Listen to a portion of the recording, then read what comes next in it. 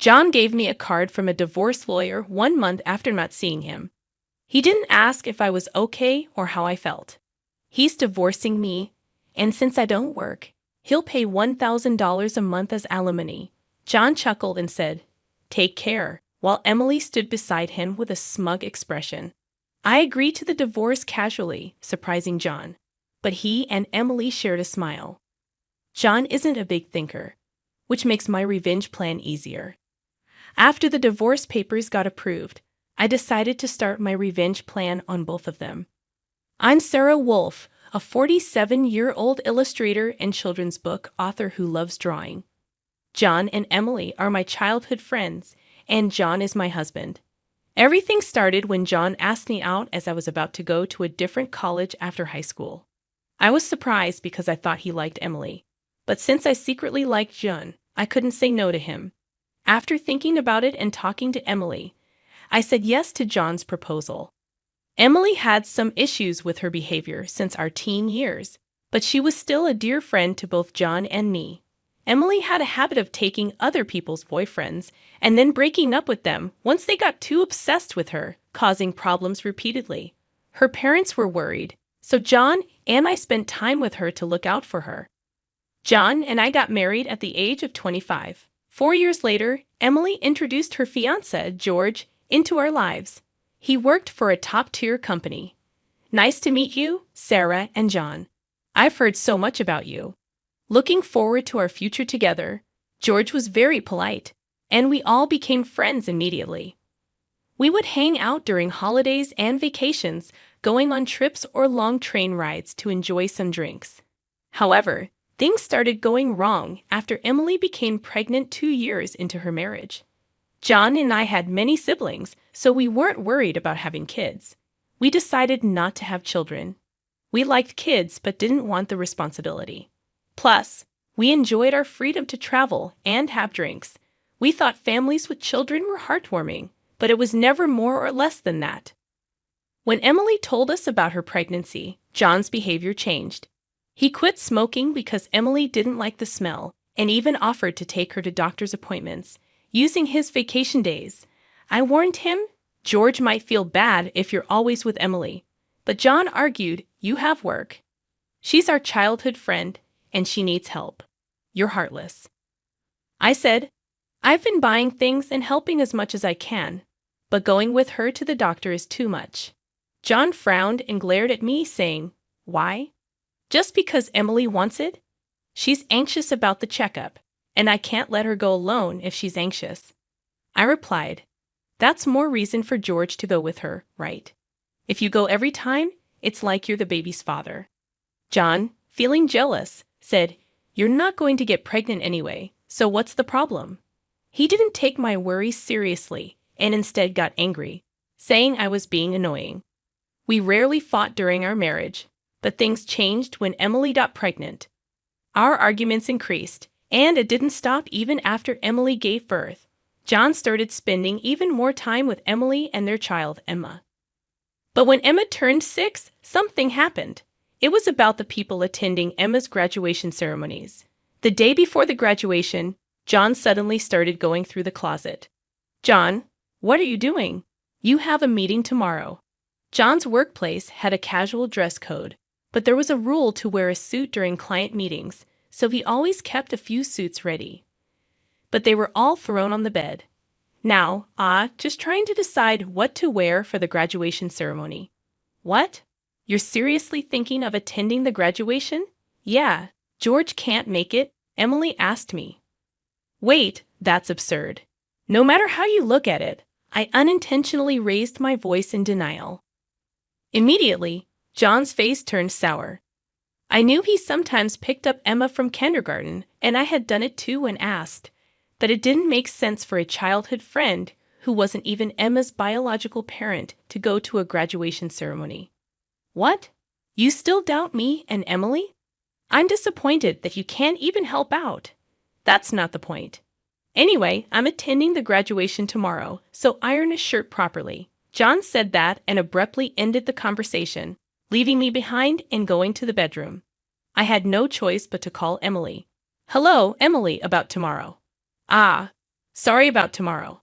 I'm borrowing John, but won't George be upset about the graduation attendance, Sarah? What are you talking about? Obviously, I haven't told George that the graduation is tomorrow. I'll tell him after the ceremony. I was surprised to find out that George didn't know about the graduation plan. When I asked more questions, it turned out that Emily hadn't told George about any of the kindergarten events, and John had been acting like Emma's dad at the kindergarten, which felt really selfish. Wait a minute, Emily. Isn't that really unfair? It's not right to George, just because he's a childhood friend, right? What's the problem, Sarah? You're scary. Well, see you tomorrow. Wait, Emily. I was really mad at Emily, who hung up the phone without listening. Anyway, I ended up ironing a shirt, getting a tie ready, and the next morning, I saw John off to Emma's graduation. After that, John and Emily started going out more, from once a month to once a week, and then 3 times a week. Eventually, even George started to get suspicious. One day, while John and Emily were out, he came to our house alone. I'm sorry for coming so late. There's something bothering me. Is it about them? Yes, I want you to look at this. George showed me the GPS history he put in Emily's car. It showed that she was staying at a hotel 3 times a week, every time she was out with John. Just by looking at George's face, I understood what that meant. What do you want to do, George? I want to get back at those two. Me too. I can't forgive them for betraying us after all this time. We secretly planned our revenge. First, I worked on making more money because I had been saving by doing housework and taking care of Emma, and my income had gone down a lot. George started working from home, and when Emily and John went out, he brought Emma to my house, and we took care of her together. Emily and John didn't know we were aware of their relationship, so we gathered solid proof. Once we had enough evidence and were ready for revenge, we found out a surprising truth about Emma. George and I struggled with the decision, but we agreed not to hurt young Emma. So we decided to wait until she was an adult to get our revenge, even though enduring it for 10 years was tough. Then, I got seriously ill. I needed long-term hospital care, and at best, I wouldn't be discharged for at least 2 years. Even though I could work from the hospital, I would have to reduce my workload. After telling George, I talked to John about it. But John's reaction was the same as when we had small talk. I'll visit you once in a while, he said. I felt like John didn't care about me anymore since he didn't ask about my condition or the name of the disease. In reality, he only visited once a month or every 2 months. After Emma's 15th birthday, she started acting differently, even though she used to visit me almost every day right after I got hospitalized. She became distant after her 15th birthday, but George and I couldn't figure out why, and we were confused. When we asked Emma, she just said, "Don't worry about it." However, we found out the reason from John, who rarely came around. Hey, it's been a while. Yeah, it has. John, who had completely changed his appearance, walked in without even knocking. After not seeing him for a month, John gave me a divorce lawyer's business card without asking, "Are you okay?" Or, "How are you feeling?" Divorcing a wife who doesn't work. Pay me $1,000 a month as alimony. That's the deal, so take care, John said, grinning. Beside him, Emily wrapped her arms around John's with a similar expression. Fine, let's divorce then. I agreed casually, surprising John for a moment. But he quickly exchanged smiles with Emily. It was good that John didn't think too deeply. That's why my plan worked well. After getting a notification that the divorce was finalized from John, I decided to start my revenge plan against the two of them. I will make them cry as a celebration of my recovery. I quickly took action. First, I asked George to move hospitals. Then I told my lawyer to mediate between the two parties from now on. George also started acting at the same time. He moved near my new hospital with Emma, and he started to visit me often. Emma still looked sad, but I was happy that she came to see me every day. Most of my stuff was already in the hospital room, so I told John to get rid of the rest. I didn't want to bring anything they might have touched into my new life. After the hospital transfer and George and Emma moving, John called me. I had only left my seat for a few minutes, but my phone showed 30 missed calls. I answered the phone feeling annoyed. What? Hey, what's going on? I could hear a troubled real estate agent behind John's panicked voice. I also heard Emily yelling, which made me feel sick.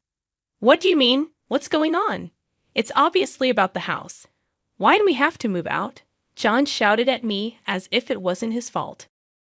I replied coolly, obviously because that's my house, huh?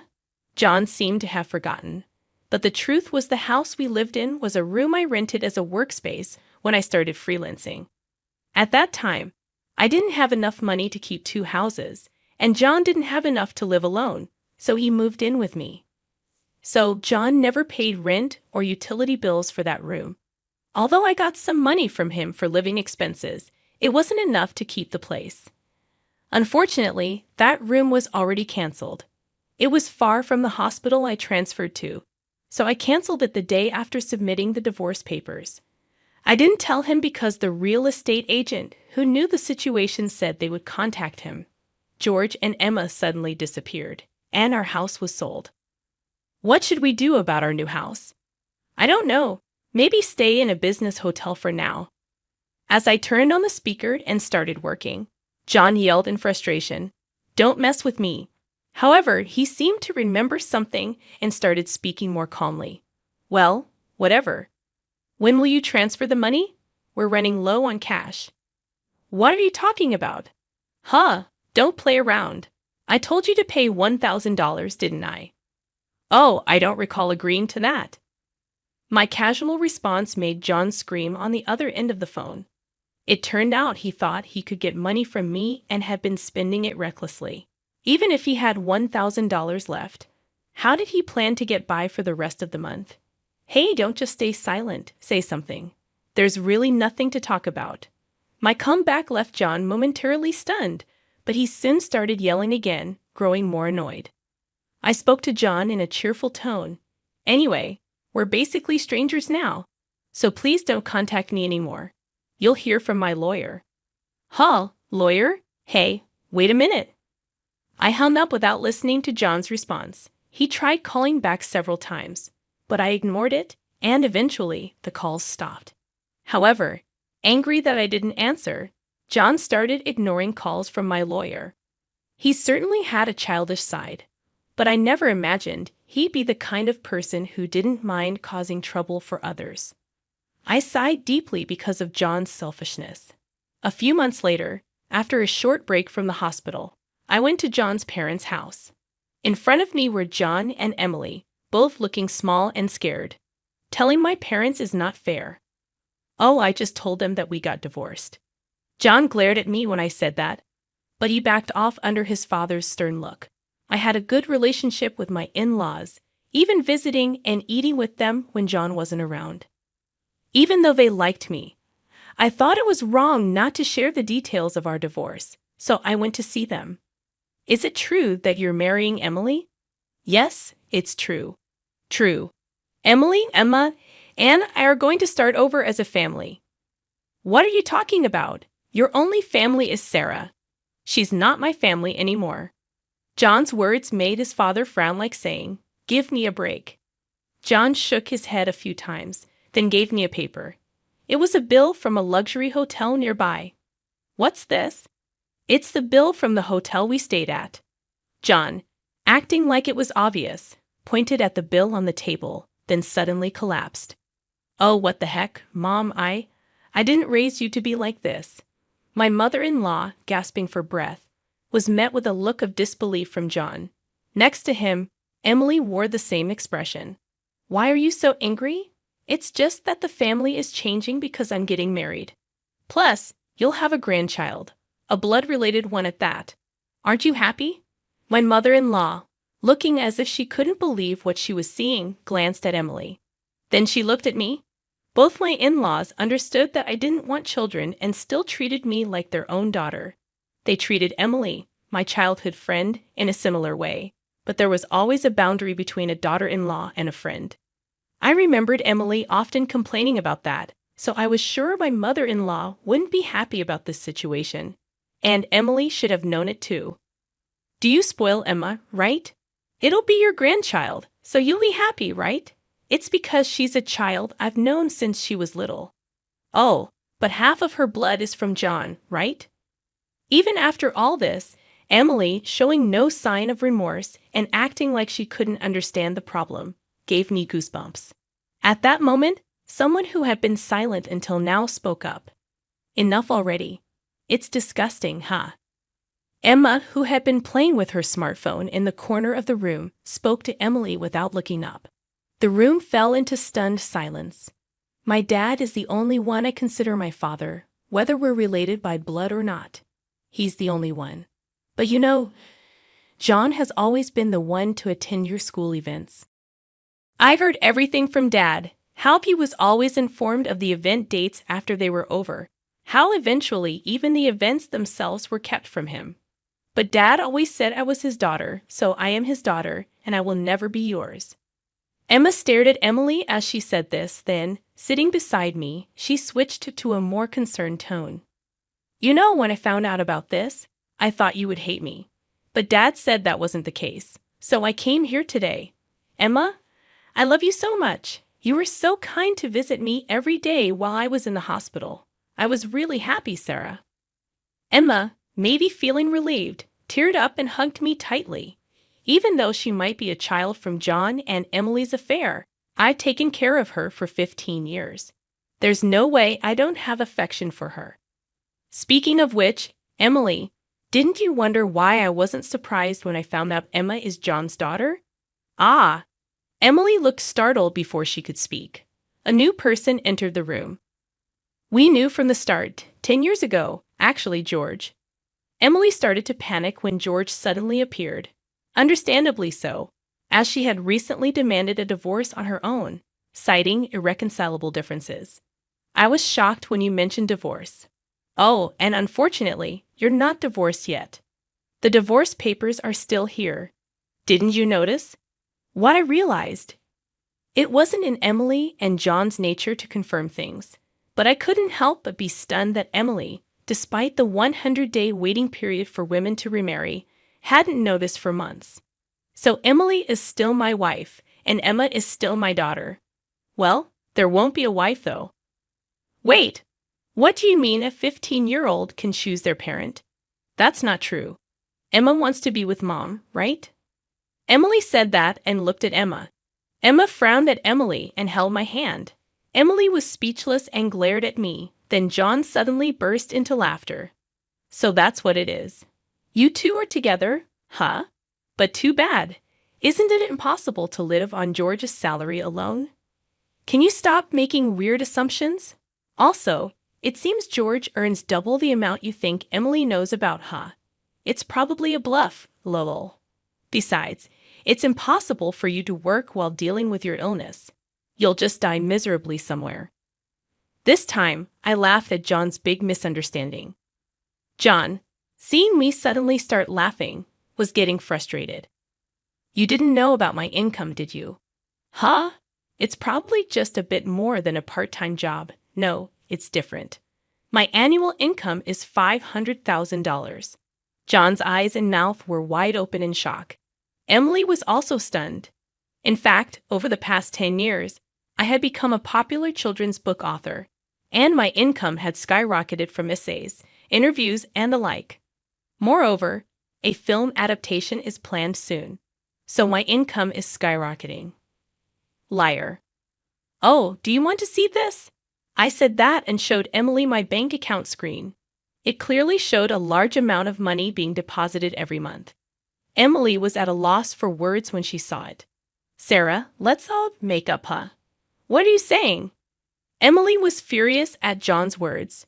Blinded by the money, I watched them blankly and then opened my mouth.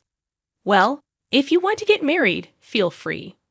Oh, and I'll definitely take the compensation for damages, Sarah. Wait, Sarah.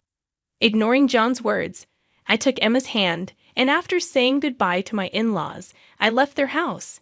John originally worked at my father-in-law's company, but it was revealed that he was lying about going out for sales, and he was fired. My father-in-law planned to forcibly put him on a friend's fishing boat and work him to the bone. Working on a fishing boat was tough for indoor-loving John, and he contacted me several times, but each time I notified my father-in-law, and eventually the calls stopped. Emily lost the right to take care of Emma and got divorced from George. She didn't care much about John, who couldn't afford many things and didn't try to win her back. She was no longer a part of her family and lived alone in a not-so-nice apartment. She hadn't worked since she got married, and because she always had others do things for her, she couldn't do much on her own. It was tough for her to find a full-time job, so she worked several part-time jobs to pay for her living and child support, just managing to get by. After starting high school, Emma worked really hard every day to study abroad and attend a prestigious university overseas. She has always been diligent, and her dream is to translate my picture books and share them with kids all around the world, which makes me happy. As for me, my picture books are doing well, and I'm getting more offers for turning them into animated shows and selling merchandise.